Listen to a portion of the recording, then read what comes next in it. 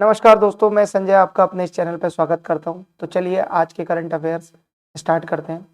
तो पहला जो करंट अफेयर है वो बहुत अच्छी खबर है भारत के लिए। भारत का जो रिटेल इन्फ्लेशन का आंकड़ा है यानी सीपीआई, कंज्यूमर प्राइस इंडेक्स का आंकड़ा, वो जो है घटकर आया है 5.48। अच्छा, ये एक्सपेक्टेशन भी थी इसकी। अभी कुछ दिन पहले हमने करंट अफेयर्स में कवर किया था कि मॉर्गन स्टैनले ने ये एक्सपेक्टेशन के आसपास ही उनके आंकड़ा आया है।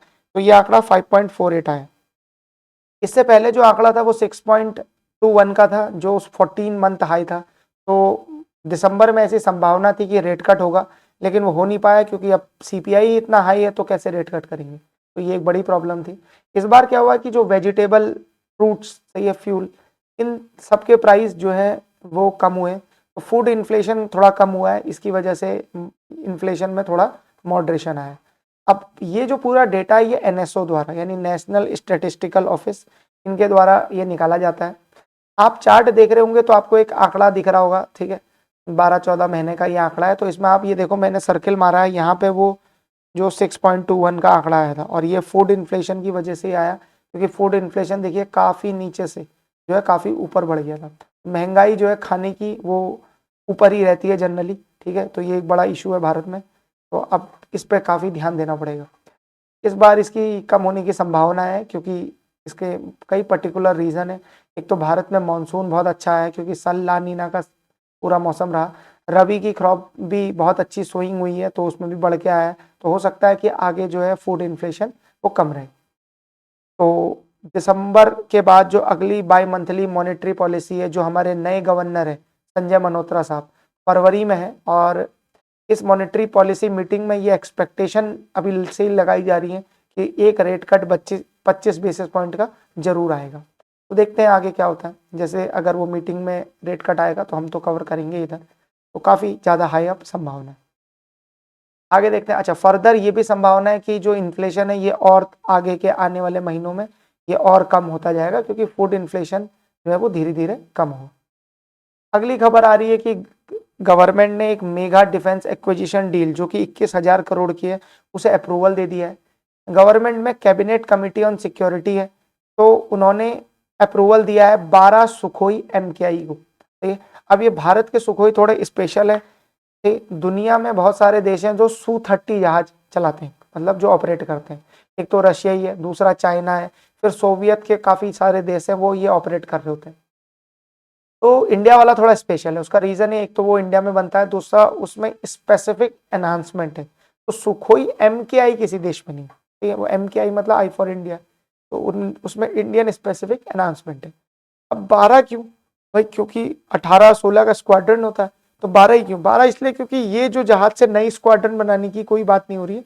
इस जहाज से जो हमारे कई जहाज ऐसे होते हैं जो गिर जाते हैं, सही है, जो खुद ही नष्ट हो जाते हैं। तो कई ट्रेनिंग के दौरान नष्ट हो जाते हैं, कई ऐसे होते हैं कि उन्हें टेस्ट बेड बना लिया जाता है। तो वो कमी को पूरा करने के लिए 12 सुखोई ऑर्डर किए जा रहे हैं आर्मी की तरफ से भी। ये तो सुखोई का ऑर्डर तो आपका इंडियन एयरफोर्स का है, आर्मी की तरफ से भी 100 K9 वज्रा। ये क्या है? सेल्फ प्रोपेल्ड आर्टिलरी है। ये सेल्फ प्रोपेल्ड ये गन है।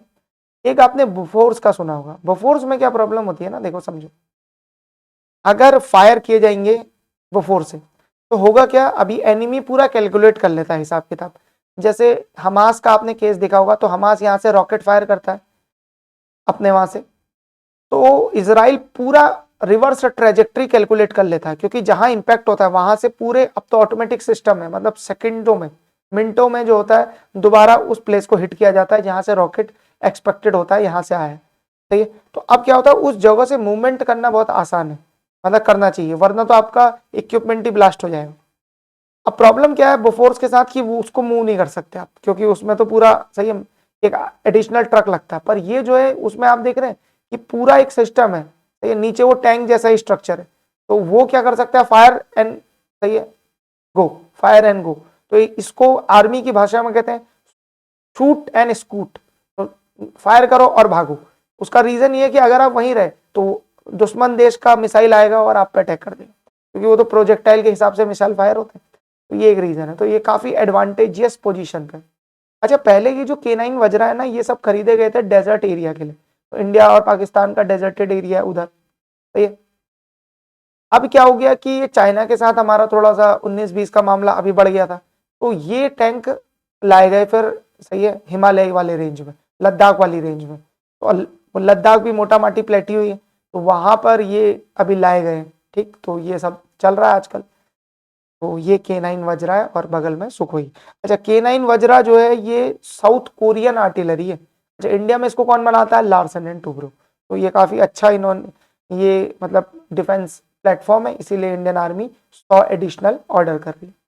आगे देखते हैं, जर्मन कंपनी एक थाइसन क्रुप मरीन सिस्टम। दुनिया में कुछ ही कंपनी है जिनके पास स्पेशलाइजेशन है सबमरीन बनाने का। तो कुछ कंपनियां जैसे जर्मनी की हैं, अच्छा स्पेन की भी कंपनी है, कुछ इटली में ये कंपनियां हैं, फ्रांस की भी कंपनियां हैं जो सबमरीन बनाती है, इनकी एक्सपर्टीज है सबमरीन बनाने में। इंडिया का एक बहुत पुराना टेंडर है P75I, इसमें हम ना कन्वेंशनल सबमरीन बनाने की बात कर रहे हैं। जब भी हम कन्वेंशनल सबमरीन बोलते हैं तो इसका मतलब होता है डीजल इलेक्ट्रिक सबमरीन, सही है, पुरानी सबमरीन। अब प्रॉब्लम क्या होती है, जैसे डीजल इलेक्ट्रिक सबमरीन तो हालांकि पुरानी सबमरीन है, मतलब इतनी न्यू टेक्नोलॉजी नहीं है, क्योंकि आजकल तो न्यूक्लियर सबमरीन का जमाना है। लेकिन ये होता है कि डीजल सबमरीन जो ऐसी रहती हैं उसका फायदा क्या है कि देखिए, सबमरीन में आर्मी में के जो इक्विपमेंट है इसमें क्वालिटी तो मैटर करती है पर क्वांटिटी भी मैटर करती है। अब वो जो न्यूक्लियर सबमरीन है उतने में तो डीजल सबमरीन कितनी बन जाए, इसीलिए क्या करता है इंडिया जैसा देश जिसके पास इतना लार्ज इंडियन ओशियन है, तो हमें हमारी तो मैरीटाइम बॉर्डर कितनी बड़ी है, तो इसको अपने इंटरेस्ट को प्रोटेक्ट करने के लिए हम लोग क्या कर रहे हैं कि 6 डीजल इलेक्ट्रिक सबमरीन बना रहे हैं, और ये काफी एडवांस है एक्चुअली। तो डीजल सबमरीन का एक इशू तो ये रहता है कि इसमें फ्यूल भरना पड़ता है, तो टाइम पर इन सबमरीन को ऊपर आना पड़ता है। अब सबमरीन अगर ऊपर आ जाए तो इनकी लोकेशन ट्रैक करना काफी आसान रहता है, तो ये एक रीजन है। लेकिन अब सबमरीन डीजल की क्यों आवश्यक है? क्योंकि नंबर्स, शेयर नंबर्स ही बहुत आवश्यक है। जितने ज्यादा नंबर होंगे उतना ज्यादा दुश्मन को रिस्क रहेगा, तो ये नंबर्स का गेम खेलते हैं उधर। अच्छा, P75I जो वो प्रोजेक्ट है, इसमें जो सबमरीन्स बननी है ये बाकी पुरानी सबमरीन से काफी एडवांस रहेंगी। इनमें नॉइस रिडक्शन रहेगा, सही है, जितनी भी मतलब भारत की बड़ी बड़ी मिसाइलें हैं वो सब इससे फायर की जा सकती हैं, और भी इसका मल्टीपल फायदा है। अभी ये जो थाइसन का कुर्प मरीन सिस्टम है ये भारत में P75 टेंडर के लिए बिड कर रहा है। अच्छा, अकेले बिड नहीं कर रहा, ये MDL माजागांव डॉकयार्ड लिमिटेड के साथ बिड कर रहा है, और इन्हीं के साथ जो कंपीट कर रहे हैं वो है लार्सन एंड टुब्रो और नेवेंशिया। नेवेंशिया जो है बहुत ही मशहूर स्पेनिश कंपनी है और ये बहुत ही पुरानी कंपनी है। स्पेन की नेवी बहुत ही पॉपुलर है, मतलब दुनिया में 2 देश जिन्होंने नेवल एक्सपेडिशन स्टार्ट करे थे, उसमें से एक पोर्टुगल था और दूसरा स्पेन था। तो स्पेन की नेवी बहुत ही स्ट्रांग है, और यहाँ जो शिपयार्ड है वो भी काफी नीश सबमरीन्स और शिप बनाते हैं। तो चलिए आगे बढ़ते हैं, ये हम इसकी बात कर रहे थे। अब एक डेटा है, सही है, तो इस डेटा का आप यूज कर सकते हैं बहुत जगह। इंडिया ने एक बहुत ही माइलस्टोन अचीव किया है। जो भारत था वो high burden high impact country था मलेरिया को लेकर के, तो भारत में इंसिडेंट्स भी मलेरिया के बहुत थे और डेथ भी बहुत होती थी। अब भारत इस high burden high impact group से एग्जिट कर गया। तो किसी भी बीमारी में अगर मतलब कोई भी बीमारी हो, वो अगर किसी देश में बहुत ज्यादा होती है और उसकी वजह से बहुत डेथ होती है, तो उस देश को उस बीमारी के रिस्पेक्ट में हाई बर्डन हाई इंपैक्ट में डाल दिया जाता है, सही। अब इंडिया में क्या हुआ है कि मलेरिया के लिए काफी काम हुआ है, तो अभी इंडिया में क्या है कि आंकड़े काफी नीचे आए हैं मलेरिया के। जैसे हम देखते हैं कि हमारे आसपास जो हमारे सिविल एडमिनिस्ट्रेशन के लोग हैं, सही, हमारे म्युनिसिपल के लोग हैं, तो वो क्या करते हैं समय समय पर छिड़काव करते हैं, ठीक, और पानी जमा नहीं होने देते, क्लीनलीनेस बढ़ रही है भारत में। तो ये रीजन है जिसकी वजह से मलेरिया काफी कम हुआ है। अभी भी दुनिया में हाईएस्ट मलेरिया जो है वो अफ्रीकन कॉन्टिनेंट में पाया जाता है, वहाँ बहुत ही सारे मच्छर होते हैं, प्लस वहाँ मलेरिया से बहुत सारी डेथ होती है। तो ये सारे आंकड़े आपको यहाँ वो दिख जाएंगे। हर साल ये जो डेथ का नंबर है ये बढ़ता जा रहा है, ठीक, ये बढ़ता जा रहा है, तो ये एक बड़ा इशू। आगे गुकेश ने कल बहुत बड़ा कीर्तिमान स्थापित करा। इन्होंने क्या किया है कि ये यंगेस्ट वर्ल्ड चैंपियन बन गए। तो गुकेश ने 37 ईयर ओल्ड रिकॉर्ड वो तोड़ा है गैरी का। गैरी वर्ल्ड चैंपियन बने थे 22 साल की उम्र में, गुकेश बन गए 18 साल की उम्र में। ठीक, अब ये कुछ फैक्ट हैं जो आपको याद करने हैं। पहली बार ऐसा हुआ कि चेस वर्ल्ड चैंपियनशिप में 2 एशियन प्लेयर टकराए, सही है। तो टाइटल होल्डर भी एशियन प्लेयर थे, डिंग लेरेन चाइना के, और जो टाइटन के लिए कंपीट कर रहे थे वो भी एशियन ही थे, उनका नाम था डी गुकेश। ठीक, अच्छा, Gukesh 3rd Asian world chess champion है, विश्वनाथन आनंद और डिंग लेरेन के बाद। तो ये आपको 2-3 चीजें याद रखनी है। आगे देखते हैं, एशियन डेवलपमेंट बैंक एडीबी, इसका हेडक्वार्टर कहाँ है, ये आप मुझे कमेंट सेक्शन में बताइए। ये आज का पहला क्वेश्चन है। इन्होंने क्या करा है, 500 मिलियन का लोन अप्रूव कर दिया है भारत के जो एफर्ट्स है रिन्यूएबल एनर्जी और क्लाइमेट रेजिलिएंट इंफ्रास्ट्रक्चर के लिए। तो इस जो पूरे लोन का है उसका फोकस ये है कि ग्रीन इंफ्रास्ट्रक्चर पे और एक सोलर रूफटॉप पे। तो आजकल क्या है, भारत बहुत ही ज्यादा तेजी से अपने लक्ष्य जो कि 500 गीगावाट का है 2030 तक, उसकी तरफ अग्रसर है। हम ये चाहते हैं कि 500 गीगावाट सोलर प्रोड्यूस करें हम, और हमारा जो अभी डिपेंडेंस है कोल थर्मल पावर प्लांट में उसे रिड्यूस कर किया जा सके, ताकि जो भारत है वो अपने टारगेट्स 2070 तक नेट कार्बन न्यूट्रल होने का अचीव कर सके और उसे टाइम से पहले अचीव कर सके। तो ये पूरा काम हो रहा है। ठीक, आपको एक और सवाल का मेरा जवाब देना है, हमने पहले भी करंट अफेयर्स में इसे कवर किया है। तो सवाल ये है कि mention name of any scheme regarding subsidy scheme related to solar rooftop by central government. तो आपको कोई स्कीम बतानी है जिसमें क्या होता है, जनरली सब्सिडी मिलती है अगर आप अपने छत में सोलर रूफटॉप को लगाएं। तो इसका आंसर भी आप कमेंट सेक्शन में दीजिए। ये सेंट्रल गवर्नमेंट की स्कीम है। ठीक, आगे बढ़ते हैं। डिजीज एक्स जो है ना, ये दुनिया में एक ऐसी डिजीज है जो एक मतलब ये एक हाइपोथेटिकल टर्म है, जो एक बहुत ही खतरनाक अनप्रिडिक्टेबल डिजीज के लिए है। तो ऐसा दुनिया में कई साइंटिस्ट मानते हैं कि जैसे क्या हो रहा है अभी हमारे जो दुनिया में नए नए पैथोजेंस आ रहे हैं, नए नए पैथोजेंस आने का कारण क्या है, एक तो एनिमल से बहुत ज्यादा पैथोजेंस आ रहे हैं, हमने जंगल काट दिए, तो एनिमल और ह्यूमन इंटरेक्शन काफी बढ़ गया। तो जैसे अभी कई वायरस है, सही, कई वायरस है, बर्ड फ्लू है, अब वो भी आया आपको एनिमल से, बहुत सारे वायरस है। तो ऐसी डिजीज होने की संभावना है, सही, ऐसी डिजीज होने की संभावना है जिसका अभी कुछ पता नहीं है, पर वो कहीं तो से तो आएगी, और उसमें क्या होगा, मतलब इलाज ढूंढने में बहुत वक्त लगेगा। अच्छा, धीरे धीरे क्या हो रहा है, ग्लेशियर भी पिघल रहे हैं, तो ग्लेशियर बहुत समय तक काफी जो माइक्रो ऑर्गेनिज्म है उसको होल्ड करे हुए, सही। अब वो इलाका ही पूरा जम गया, सोचो आप, जब आइस एज थी तो वो इलाका जम गया, तो उस इलाके में बहुत सारे माइक्रो ऑर्गेनिज्म होंगे। अब धीरे धीरे क्या होगा, बर्फ पिघल रही है तो वहां माइक्रो ऑर्गेनिज्म फिर एक्टिव हो रहे हैं। तो ऐसे आगे संभावना है, सही है। ये एक आशंका है साइंटिस्टों की कि कल को ऐसा हो सकता है कि कोई बड़ा वायरस पैथोजन ये आ जाए जिसकी वजह से क्या हो, बहुत बड़ी महामारी फैल जाए।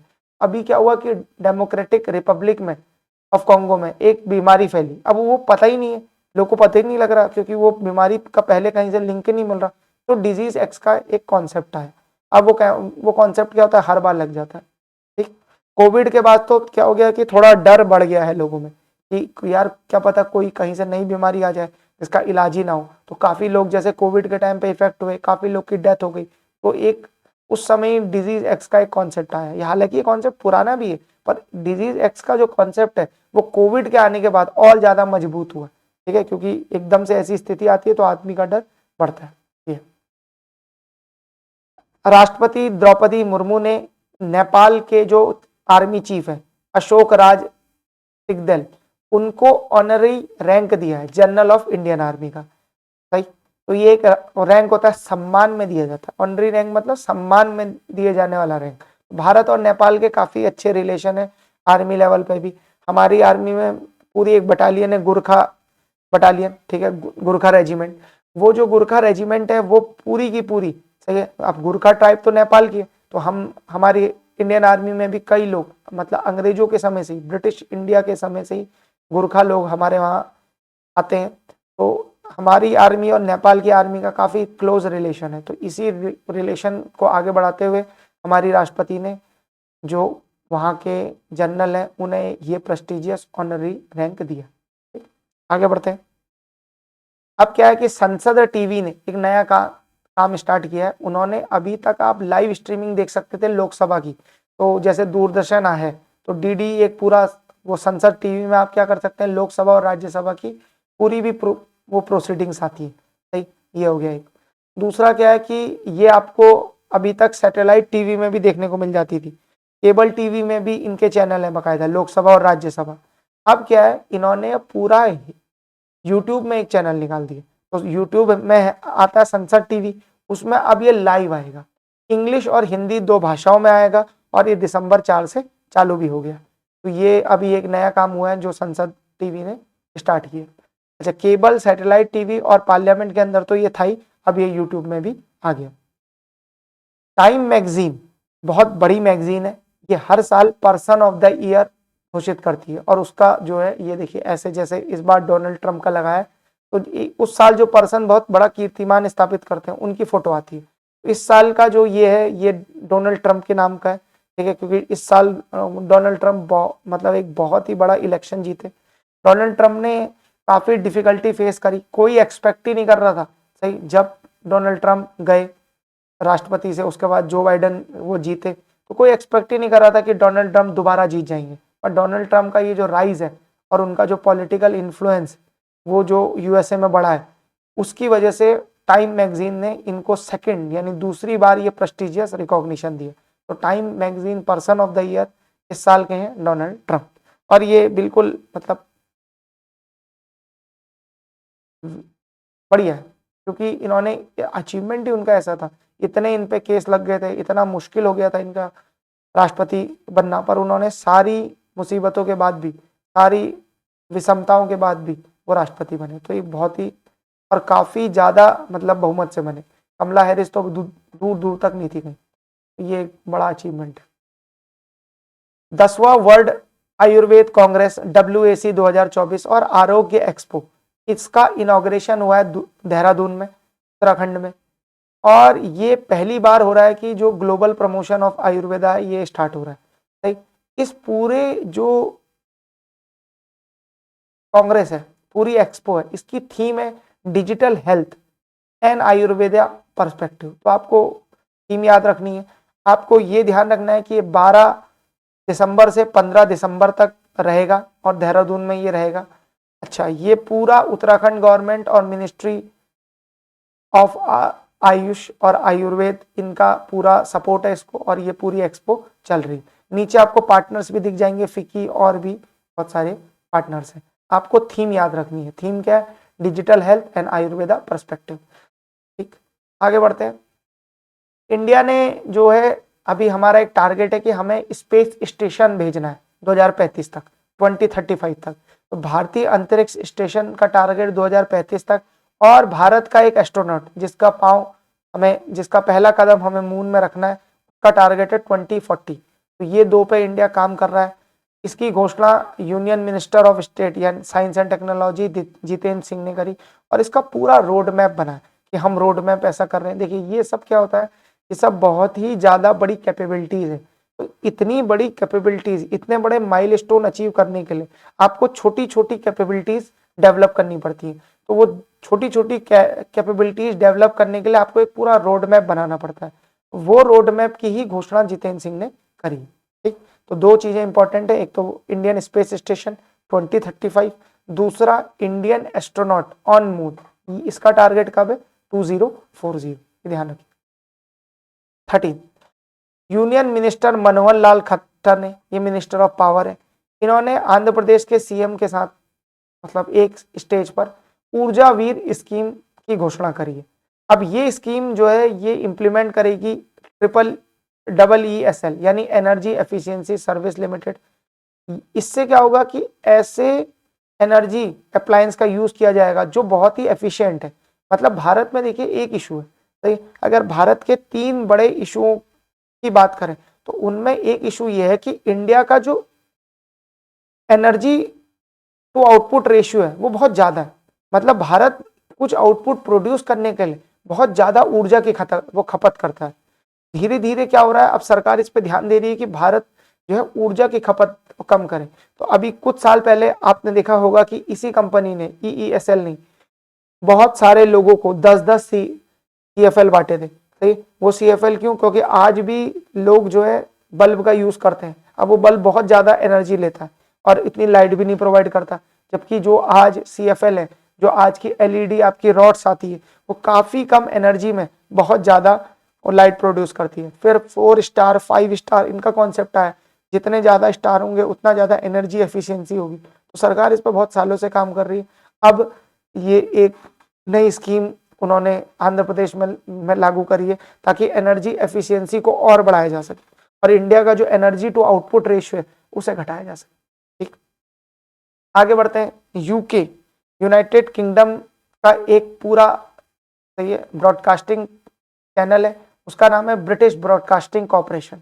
अच्छा, BBC प्राइवेट नहीं है, इसमें ना गवर्नमेंट की भी स्टेक है। तो ये जो है ये पूरा वहां का कॉर्पोरेशन है, ये पूरा वहां का न्यूज चैनल है, मीडिया चैनल है। ये क्या करता है, हर साल most inspiring and influential women की लिस्ट निकालता है। तो इस बार 12th एडिशन में इसने ये लिस्ट निकाली है और इस लिस्ट में 3 भारतीय वुमेन फीचर करी गई है। इन तीनों भारतीय वुमेन का आपको नाम और इनका एरिया ऑफ वर्क ये पता होना चाहिए। तो ये तीनों भारतीय महिलाएं आपको दिख रही होंगी स्क्रीन पर। पहली है अरुणा रॉय, जो सबसे लेफ्ट में। ये क्या है, ये पहले सिविल सर्वेंट थी, अब रिनाउंड एक्टिविस्ट है, ये सोशल एक्टिविस्ट है। सेंटर में जो महिला है वो तो काफी पॉपुलर है, उन्हें आप जानते भी होंगे, विनेश फोगट। ये 3 टाइम ओलंपियन है और अब तो ये पॉलिटिशियन बन गई। ठीक, तो ये MLA, अब इस बार MLA का चुनाव जीत गई है मैडम। तो ये, और जो आखिरी में आपको दिख रही होंगी ये है पूजा शर्मा। अभी क्या हुआ था देखिए, कोविड के दौरान काफी लोग क्या हुए थे कि लावारिश लाशें थी, तो लावारिश लाशों को कोई जलाने वाला नहीं। तो अब लोग के पास क्या है, भारत में बहुत ही गरीबी, तो कई बार ऐसा होता है कि लोग का इतने पैसे नहीं होते कि वो लाश को जलाने का, शमशान घाट का खर्चा उठा सके। तो आजकल भारत में कुछ सोशल वर्कर जो है वो ऐसी भी सर्विसेज दे रहे हैं, जिसमें क्या होता है कि वो पूरी लकड़ी, पूरा खर्चा प्रोवाइड करते हैं और मनुष्य की अंतिम यात्रा में उसका सहयोग करते हैं, ताकि फंड, पैसे जो है वो उसकी अंतिम यात्रा का एक बाधक ना बने। तो पूजा शर्मा जी ने इसमें बहुत काम किया। एक सही हमारे सिख भाई भी हैं, उन्होंने भी कोविड के दौरान काफ़ी इस पर काम किया था। कुछ दिन पहले ही उन्होंने आम आदमी पार्टी ज्वाइन करी है। तो मैं आपसे फिर से एक सवाल पूछना चाहूँगा कि आप कमेंट सेक्शन में उस व्यक्ति का नाम हमें बताएं। ठीक है, तो ये 3 है, ये तीनों महिलाओं को आपको याद रखना है। पहली है अरुणा रॉय, दूसरी है विनेश फोगट और तीसरी है पूजा शर्मा। ठीक, अब लास्ट में एक बड़ा कॉन्सेप्चुअल चीज़ है जो हम समझना चाह रहे हैं। यहाँ पे आज के न्यूज़पेपर में छपा है, तो मैंने सोचा आज ही आपको स्टैटिक का कॉन्सेप्ट भी दे दूं और यहाँ पर ये भी समझा दूं। देखिए क्या होता है, लिक्विडिटी का एक बड़ा आजकल इशू चल रहा है, क्योंकि बैंकिंग चैनल में लिक्विडिटी की कमी हो गई। और जो पुरानी मॉनेटरी पॉलिसी है, तो उसकी मीटिंग में भी RBI गवर्नर ने ये कहा कि लिक्विडिटी का इशू जो है वो अभी आगे आने वाले महीनों में बना रहेगा। और ये जो इशू है ना, ये काफ़ी मतलब लंबे समय से ये बना हुआ है। तो अभी आपको मैं समझाता हूँ कैसे। देखिए, आपको स्क्रीन में दिख रहा होगा 2 ऑपरेशन होते हैं, एक दिख रहा होगा VRR और एक दिख रहा होगा VRR, ट्रिपल आर। अब ये दोनों क्या है देखिए, समझिए। VRR है, ये होता है injection of liquidity in the system, यानी लिक्विडिटी सिस्टम में डाली जाती है। तो इसे कहते हैं वेरिएबल रेट रेपो ऑक्शन। इसमें RBI क्या करता है, सिस्टम में लिक्विडिटी करता है। अच्छा, जब भी RBI रेपो एक्शन करेगा ना, तो वो क्या करेगा, बैंक से पैसा लेगा, सॉरी, बैंक से गवर्नमेंट सिक्योरिटी लेगा और बैंक को पैसा देगा। तो ऐसा कुछ ट्रांजैक्शन होता है। यहाँ पे RBI है जैसे, पहले समझ लीजिए, और यहाँ पे बैंक है। तो जब भी रेपो एक्शन होगा तो होगा क्या, बैंक से जाएगी RBI को गवर्नमेंट सिक्योरिटी, एक कोलेट्रल जाएगा, और RBI से बैंक को जाएगा मनी। सही, और बैंक इसको कहाँ वो यूज करेगा, लोन घुमाने में। तो हो गया ना, इकोनॉमी में इंजेक्शन ऑफ मनी। ठीक, अब रिवर्स रेपो में इसका उल्टा होता है। रिवर्स रेपो में बैंक से पैसा जाता है RBI को और RBI से जाता है बैंक को गवर्नमेंट सिक्योरिटी। तो जितना सिस्टम में पैसा होता है वो दोबारा RBI को जा रहा होता है। जब भी लिक्विडिटी को सिस्टम में घटाना होता है तो ये करते हैं। अब जरा ध्यान से आप आंकड़ों को देखना, तो आपको समझ में आएगा कि क्या समझ में आएगा। देखो, VRR नवंबर दिसंबर अक्टूबर का है। तो जो आपको येलो से फिगर दिख रहे हैं ना, वो तो बिड है, और नोटिफाइड अमाउंट क्या है जो आरबीआई कर रहा है। तो आरबीआई ने अक्टूबर में बोला कि हम 25,000 का कर रहे हैं, सही है, रेपो हम 25,000 सिस्टम में इंजेक्ट करना चाहते हैं। तो बिड कितनी की आई 48,000, देखते जाओ। नवंबर में आरबीआई ने बोला हम 1 लाख का करना चाहते हैं, ठीक है भाई, बिड कितनी आई 1,89,000। दिसंबर में आरबीआई ने कहा 75,000 बिड आई, इतनी, देख रहे हो आप, ये हो रहा है। जबकि VRR VRRR इसमें क्या हो रहा है, बिल्कुल उल्टा हो रहा है। ये क्या करता है, एब्जॉर्प्शन में काम आता है। तो आरबीआई ने बोला हम करेंगे कितने का, 14 लाख का। बैंक बिड कितने कर रहे हैं, 6 लाख। देख रहे हो, इस बार आरबीआई बोल रहा है कि हम ज्यादा का ऑक्शन करना चाहते हैं, पर बिडिंग ही कम हो रही। क्यों, क्योंकि सिस्टम में लिक्विडिटी की पहली कमी। तो अक्टूबर में भी यही हाल था। तो देखो आप, टोटल इन्होंने रिवर्स ऑक्शन करे कितने, 28 लाख के, पर बिड कितने हुए उसमें, 11 लाख। तो 11 लाख ही वहां हुए बिड। जबकि रिवर्स रेपो में पूरा उल्टा है, वहां करे इन्होंने 2 लाख के, 2 लाख करोड़ के, और वहां बिडिंग कितनी हो रही है, 3 लाख करोड़। ऐसा मामला चल रहा है, ठीक। तो बिड इधर ज्यादा है, जिसकी वजह से क्या है, जिससे ये पता लगता है कि डिमांड फंड की बैंकिंग सिस्टम में बहुत ज्यादा है।